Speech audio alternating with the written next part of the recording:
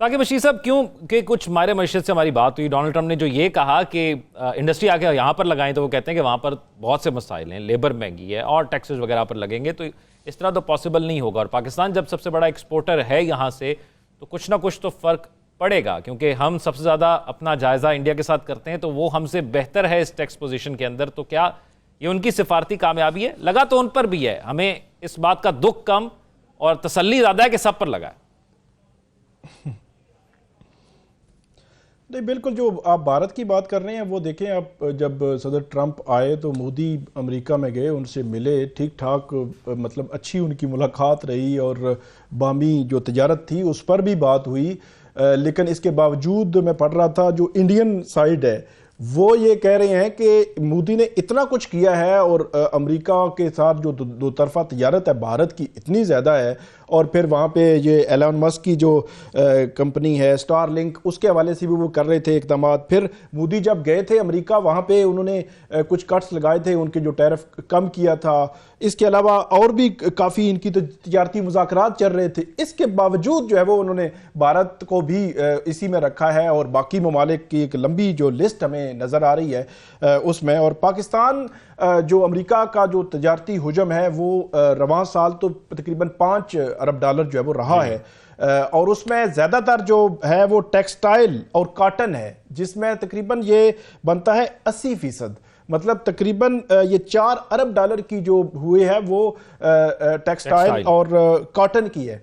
अब इसमें जो माहिरीन बात कर रहे हैं, बल्कि एक जो यहाँ पे टेक्सटाइल इंडस्ट्री के कोई सीईओ है उनका मैं पढ़ रहा था, तो वो कह रहे थे कि ये एक एडवांटेज हमारे लिए हो सकता है, जो पाकिस्तानी टेक्सटाइल इंडस्ट्री है ख़ास तौर पर उसके लिए, क्योंकि बांग्लादेश पर भी टैरिफ ज़्यादा लगा है, चीन है, इसके अलावा और ममालिक हैं, वियतनाम है, मैक्सिको है, कंबोडिया है, जहाँ से टेक्सटाइल जो है वो वहां पे जा रही है अमेरिका में। तो इन पर क्योंकि ज्यादा टैरिफ लगा है, हम पर कम लगा है, अगरचे पाकिस्तानी मसनूआत वहां पे महंगी होंगी, लेकिन एक कंपटीशन में एक एडवांटेज जो है वो हम ले सकते हैं और हम बेहतर बना सकते हैं इन चीज़ों को।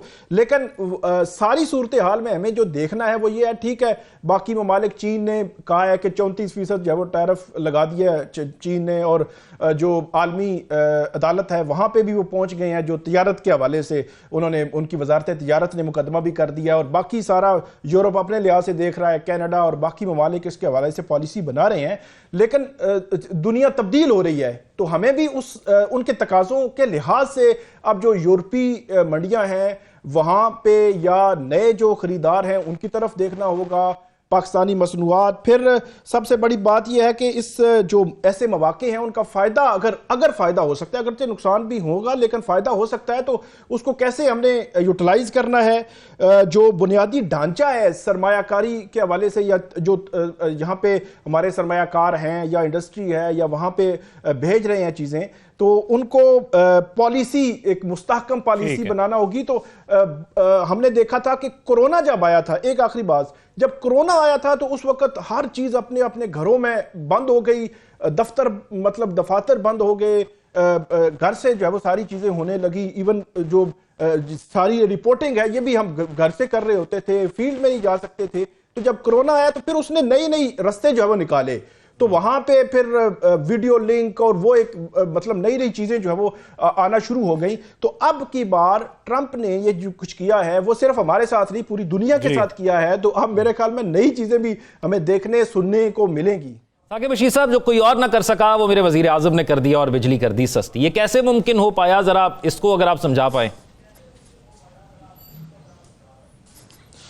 एक तो जो IMF के हवाले से हम बात कर रहे हैं, उनकी कंडीशंस थी, और हमने गुज़श्ता हफ्ते बात भी की थी कि IMF जो बिजली की कीमतें कम करने के हवाले से हुकूमत जो है वो उनको कायल करने में कामयाब नहीं हुई। लेकिन अब जो है वो हुकूमत, वज़ीर-ए-आज़म ये दावा कर रहे हैं कि वो उनको इस पर कायल करने में कामयाब हुए हैं। वो किस तरह हुए हैं? वो 2-3 बुनियादी वजूहात हमें नज़र आती हैं। मार्च में आपने देखा कि जो पेट्रोलियम प्राइसेस कम हुई थी, और एक दफ़ा ये खबर भी आई थी कि इसका रिलीफ आवाम को दिया जाएगा और पेट्रोलियम प्राइसेस 10 से 12 रुपए कम हो सकती हैं, लेकिन हुकूमत ने वो कम नहीं की। बल्कि उल्टा एक जो पेट्रोलियम लेवी है वो आयद कर दी। ये जो है वो हुकूमती हल्के भी इसको जो है वो मान रहे हैं, और जो वो पेट्रोलियम प्राइसेस कम करके जो रिलीफ हुकूमत को देना था, जो आवाम को देना था, वो इनडायरेक्टली उन्होंने बिजली की कीमतें कम करके दिया है। और इसी बुनियाद पर जो है वो IMF को उन्होंने राज़ी किया है कि हम कोई सब्सिडी नहीं दे रहे, हम जो ये कंडीशंस हैं कोई वायलेट नहीं करेंगे। IMF की जो कंडीशंस हैं, हम जो है वो एक मद से जो हमने जो रिलीफ देना था वो दूसरी मद से जो है वो हम रिलीफ दे रहे हैं। इसके अलावा भी कुछ वजूहात हैं, कुछ जो IPPs थे उनके साथ जो मुआहदे थे पिछले 2-3-4 मंथ में हम देख रहे थे कि उनके हवाले से भी काफ़ी चीज़ें चल रही थी। उनके मुआहदों पर एक तो नज़रसानी हुई, ये अक्टूबर, दिसंबर और जनवरी 3 माह में ये मुख्तलिफ जो मुआहदों पर नज़रसानी हुई। फिर जो अदायगियाँ थी कर्ज़ों की, उनको वो रीशेड्यूलिंग हुई। उसमें जो फॉर एग्जांपल अगर 10 साल में कर्ज देना था तो वो अब 15 साल में जो है वो उसको वापस देना पड़ा। और तीसरी वजह जो बताई जा रही है वो यही पेट्रोलियम लेवी जो आयद की गई उसमें इजाफा किया गया। हुकूमत ने इसको मिला के एक पूरा जो है वो पैकेज दे दिया, जो है वो अवाम को पैकेज दे दिया, और IMF को भी डिस्टर्ब नहीं किया। और सारे जो मालियाती उसका एक अदम तवाज़न आ सकता था, जो कंडीशंस हैं IMF की, उसको भी बरकरार रखा है। तो इस लिहाज से मैं ये समझता हूं कि चलें ठीक है, अवाम को, पब्लिक को पेट्रोलियम प्राइसेस कम करके जो देना था इधर से भी दिया है, तो एक मुस्बत अंदाज में इसको देखा जाना चाहिए। चलें, हुकूमत बहुत सारे इक़दाम कर रही है। मुश्किल पिछले 3 साल का अगर हम देखें, एक डाटा देखें, तो जो बिजली की कीमतें हैं बहुत ज़्यादा बढ़ी हैं, और उसकी वजह वो गर्दिशी कर्जा था, जिसके हवाले से फिर IMF ने कहा कि आप जो है वो इस पे जो शराइत थी कि कीमतें बढ़ाई जाएं बिजली की कीमतों की, तो वो बिजली की कीमतें बढ़ती रही, और अब आकर ये जो रिलीफ मिलेगा, और ये रिलीफ डायरेक्ट मेरे ख्याल में आम आदमी तक भी पहुंचेगा।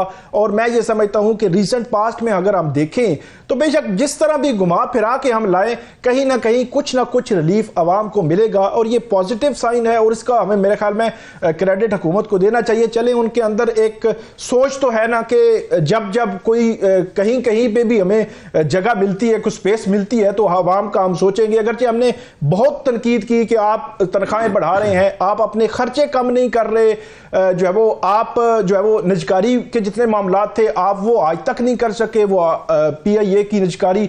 अच्छा साकिब बशीर, मैं यहाँ पे अगर आपसे ये जानूं कि जिस तरह आप कह रहे हैं कि ये खास तौर पर वो जो पेट्रोलियम मसनूआत वाला रिलीफ था वो यहाँ पर एडजस्ट किया गया है, तो फिर तो ये कोई ऐसी चीज नहीं है जो हुकूमत ने खुद से की। अपने तो खर्चे बढ़ाए, काबीना में इजाफा किया, तनख्वाहें बढ़ाई, और कोई ऐसी प्लान भी सामने नहीं लाए। ये तो आलमी मंडी में तेल की कीमतें कम हुई तो उसका रिलीफ मैनेज करके दे दिया गया है।